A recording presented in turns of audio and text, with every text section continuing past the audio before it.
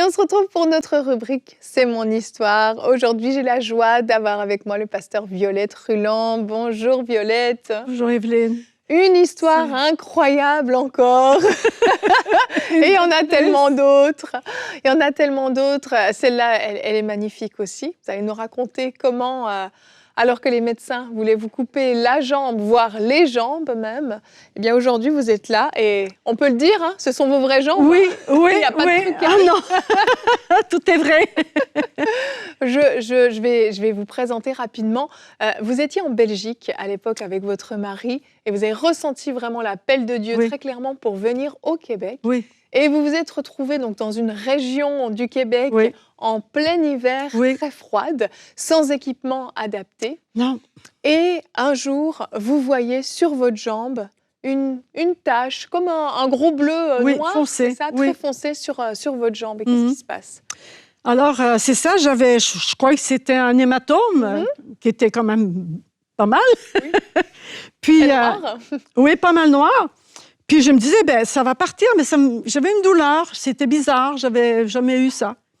Puis, bon, de fil en aiguille, ça grandissait tout le temps. Ça montait jusqu'à mon genou. Ça allait un petit peu en dessous du mollet. Puis ça continuait à monter. Puis, à un moment donné, c'était notre premier Noël, puisqu'on est arrivé le 29 novembre. Alors, notre premier Noël, on voulait faire un réveillon, tout ça, pour avoir plus d'affinité des chrétiens et tout ça, là. Puis les invités aussi. Donc, on avait fait un petit réveillon, notre premier. Et il y avait une dame qui était venue. Et durant la réunion, elle avait remarqué que souvent, je frottais... Est-ce que vous aviez mal? Oui, c'était douloureux, vraiment une forte douleur. Ah oui. Et bien, c'est pas que ça m'aidait quand je frottais. La douleur s'en allait, pas du tout. Mais en tout cas, j'ai été toujours tendue à avoir l'envie de frotter sur ma jambe. Elle avait remarqué ça. Après la réunion, le réveillon, tout ça, elle me dit « J'aimerais que vous veniez prendre un dernier café à la maison. » Alors moi, c'était une occasion de faire connaissance davantage avec elle. J'ai dit « Ben oui. » Alors on est allé, mais arrivé là, chez eux, elle me prend à l'écart, elle me dit « Écoutez, je ne vais pas être indiscrète parce qu'on ne se connaît pas vraiment. » Elle dit « Mais j'ai vu que vous frottez toujours à un moment donné votre jambe, puis on dirait qu'il y a quelque chose qui vous gêne là. » J'ai dit oui, j'ai dit mais c'est rien, ça va partir. J'ai dit sûrement en pelletant la neige, en jouant avec mes deux filles. En Europe, on n'a pas de neige comme ici. Non, alors, on en profitait, croyant que le lendemain, tout allait fondre. Mais non, on en a pour 6 mois. Oui. Alors, j'ai dit, sûrement je me suis blessée. Elle dit, est-ce que vous me permettez de voir? J'ai dit, ben oui, alors je lui montre. Elle me dit, écoutez, elle dit, c'est plus qu'un hématome. Alors, elle dit, je pense que vous devez aller voir un médecin. Mais étant donné qu'on venait d'arriver, on ne pouvait pas avoir un médecin avant 3 mois. Alors, j'ai dit, non, je ne peux pas, parce que ça ne fait pas 3 mois que je suis ici. Elle dit, écoutez, si vous me permettez, je vais téléphoner à mon médecin, puis on verra. Le lendemain, elle m'appelle, elle dit, écoutez, je rejoins mon médecin, puis il accepte de vous voir. Elle dit, donc, je vais vous chercher tout de suite. Elle vient me chercher, on va au médecin. Donc, on arrive là. Et j'avais de plus en plus du mal à marcher parce que la douleur montait vraiment. Puis je commençais à avoir une gêne à l'autre. Tu sais, sur la cuisse, là. Je me disais, mais qu'est-ce que c'est ça? J'ai dit, c'est tout un hématome. Moi, je savais pas, je connaissais pas une jambe gelée, un membre gelé, je connais pas ça. Alors, on y va. Le médecin me dit, qu'est-ce qui se passe, madame? Et je lui montre, j'ai dit, ben, j'ai fait un hématome, mais il grandit tout le long. Il dit, madame, il dit, mais c'est la gangrène, ça? J'ai dit, la gangrène? Il dit, oui, votre jambe est en train de pourrir. Il dit, mais il faut la couper tout de suite. Il dit, avez-vous mal de l'autre côté? J'ai dit, ben, j'ai rien. J'ai dit, j'ai pas de bleu, mais je commence. Il dit, puis en plus, il dit, vous avez une phlébite. Qui signifie que le sang circulait plus dans une des veines, c'est ça? Exactement. Je dis, mais non. Il dit, écoutez, moi, je ne vous laisse pas comme ça. Même si vous ne pouvez pas, ça ne fait pas 3 mois que vous êtes dans le pays, si on ne coupe pas votre jambe, si ça atteint votre cœur, un caillot de sang, quoi que ce soit, vous tombez là. Je dis, non, il n'y a pas de question. Pourquoi l'hôpital? Il dit, on va vous couper votre jambe. J'ai dit, ah non, hein? J'ai dit, non. Docteur, non, pas question de couper ma jambe. Il prend le téléphone, il commence à faire... Il dit, oui, voilà, il dit, j'ai une personne, il raconte. Il dit, je vais vous l'envoyer, il faut préparer, on va Pour l'amputation. Ouais, on va couper une jambe. Il voulait l'amputer là. Lui, là, oui. Il dit, non, on ne peut pas attendre, avec la phlébite puis tout ça. Il dit, on va voir, on va vous préparer, puis on va vous opérer. J'ai dit, non, docteur, pas question. Il dit, mais madame, il dit, vous vous rendez compte que je ne peux pas agir si vous refusez? J'ai dit, mais c'est pour ça, je refuse, il n'y en a pas question. Il me dit, mais pourquoi? J'ai dit, docteur, écoutez-moi. J'ai dit, Dieu ne m'a pas pris de la Belgique, dans un tout petit village que personne ne connaît, pour m'amener ici, dans cette région, pour prêcher l'Évangile et me faire couper les jambes. J'ai dit, docteur, pour moi, prêcher l'Évangile, aller partout dans les rues, partager l'amour de Dieu, j'ai besoin de mes jambes. J'ai dit, alors je rentre chez nous, puis vous ne me couperez pas la jambe. Wow. Il me dit, mais madame, vous ne réalisez pas ce que c'est? Ici, c'est dangereux. J'ai dit non. J'ai dit, pas question. Il dit, écoutez, je vais vous donner un médicament. Il faut le prendre, ça va peut-être aider, on ne sait pas, mais je ne vous promets rien, mais vous risquez gros, votre vie est en danger. J'ai dit, non, non, vous inquiétez pas, docteur, je rentre chez nous. Il fait l'ordonnance, il le donne à la chrétienne. Elle dit, oui, docteur, je vais le chercher, elle va le prendre. Je dis, OK. Elle me ramène à la maison. Elle dit, je vais pharmacie tout de suite, je reviens avec le médicament. Bon, elle revient. Mon mari dit, bon, il regarde, bon, il fallait le prendre autant de fois, tout ça. Alors, j'ai dit, OK, c'est correct.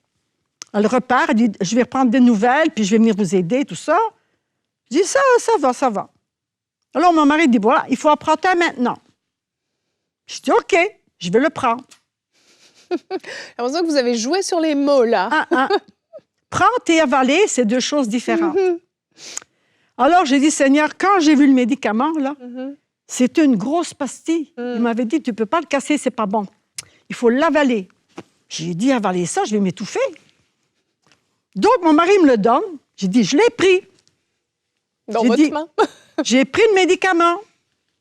Il me donne un verre d'eau, je bois l'eau, mais je l'avais pris. J'ai dit, Seigneur, je ne mens pas. Le docteur m'a dit, il faut prendre le médicament, je l'ai pris. Il ne m'a pas dit de l'avaler. Alors, on a prié.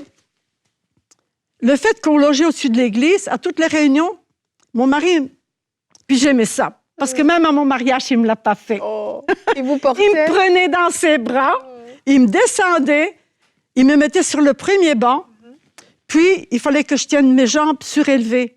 Donc, il me mettait des choses pour la circulation. Oui. Même à la maison, à l'étage, Oui. Il fallait toujours que je surlève mes jambes. Puis après la réunion finie, il me reprenait, il me remontait. Wow. Et Dieu m'a complètement guérie. Ça a duré combien de temps? Mon doux. Le temps que tout disparaisse, 1 mois, 1 mois et demi, 1 mois. Très long, c'est très long. Est-ce qu'à un moment donné, vous vous êtes dit, mais ici, ça part pas? Non, jamais. Jamais? Non. Jamais. Puis le bleu, je ne sais pas comment exprimer ça, mais la couleur, ça diminuait. Ça diminuait. Oui, vous l'avez vu diminuer de jour en jour. Alors qu'avant ça ne cessait de monter. Ça montait, ça montait. Puis c'était rendu là. Puis comme je dis, l'autre jambe fatiguée. J'avais quelque chose qui... Je ne savais pas quoi parce que c'était pas bleu. Mais ça commençait des tatins. Puis à un moment donné, j'ai dit à mon mari, j'ai dit, la couleur, j'ai dit, elle baisse. Il dit, ah oui? J'ai dit oui. Il dit, continue de prendre les médicaments. Ben oui, je les prends. Vous n'avez jamais pris un seul de ces médicaments? Pas capable de l'avaler. Donc ça a été vraiment... C'est Dieu. Oui, Dieu, et puis votre foi, quoi, en action, et Dieu qui a agi, quoi. Dieu, oui. C'est extraordinaire. Jusqu'au moment où c'est tout parti. La douleur est partie. La douleur est partie. Puis, j'ai plus jamais rien eu. Il y a eu des contrôles qui ont été faits après, ou vous n'êtes même pas retourné voir le médecin? Non. Non, j'ai pas eu, parce que j'avais plus rien. Il n'y avait plus rien? Ma jambe est devenue tout à fait normale. C'est incroyable. Aujourd'hui, il n'y a plus aucune trace. Jamais. Rien du tout. C'est comme si la vie était revenue dans votre jambe. Complètement. Parce que quand on parle de gangrène, le médecin l'a dit, votre jambe est en train de mourir. Oui. Dernièrement, pas dernièrement, parce que maintenant, avec l'hiver, tout ça, mais j'ai fait un 5 km. Comme ça. Ouais. En pleine forme, Ouais, oui. à pied, en marchant. Vous avez fait une randonnée de 5 km. Oui, 1 heure. 1 heure. C'est incroyable. C'est incroyable. Dieu vous a complètement guéri. Vous avez vos 2 jambes aujourd'hui. Oui. Waouh. Je suis sûre que vous avez un petit verset à nous lire. Oui. Je commence à vous connaître. Dans Luc chapitre 7, il est dit que Jésus guérissait. Puis encore aujourd'hui, Jésus guérit. Parce que comme je l'ai dit dans un autre témoignage, dans Hébreux chapitre 13, verset 8, il est dit que Jésus est toujours le même, hier, aujourd'hui, éternellement. Dieu ne change pas. Nous, on change. Et on peut changer beaucoup. Dans le mauvais sens comme dans le bon sens. Mais en tant qu'enfant de Dieu, il faut aller dans le bon sens. Notre foi en lui doit grandir. Ça, c'est important. Et ce qui fait que Dieu nous accorde sa guérison, même si parfois il ne nous la donne pas. Parce que j'ai eu une expérience où je n'ai pas été guérie, j'ai dû passer par l'opération. Mais là aussi, Dieu avait un plan. Je ne vais pas plus loin que ça. C'est un autre témoignage, mais qui est très fort également, celui-là. Mais Dieu, quand on a la foi, Dieu honore notre foi. Et je crois que l'ennemi qui est là et qui rôde veut vraiment nous troubler, veut nous empêcher d'avoir la bénédiction.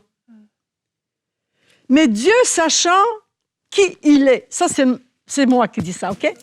Dieu, sachant qui il est et ce qu'il peut faire si on croit sans douter. Dieu nous fait confiance par rapport à l'ennemi. L'ennemi est là, un peu comme Job. Oui, si tu fais ici, si tu fais là, mais même sa femme lui a dit, meurs, renie Dieu, meurs. Alors Dieu va jusqu'à nous faire, connaissant tout.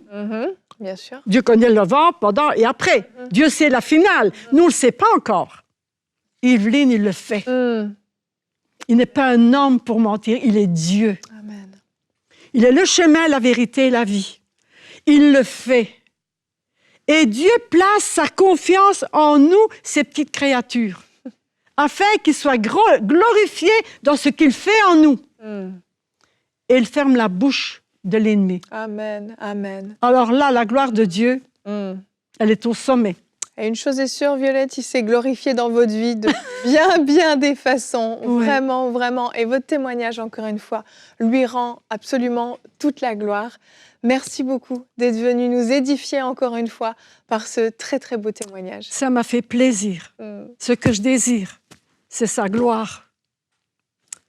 C'est simplement sa gloire. Amen. Que les hommes sachent que Dieu est vivant. Merci, Violette. Bienvenue.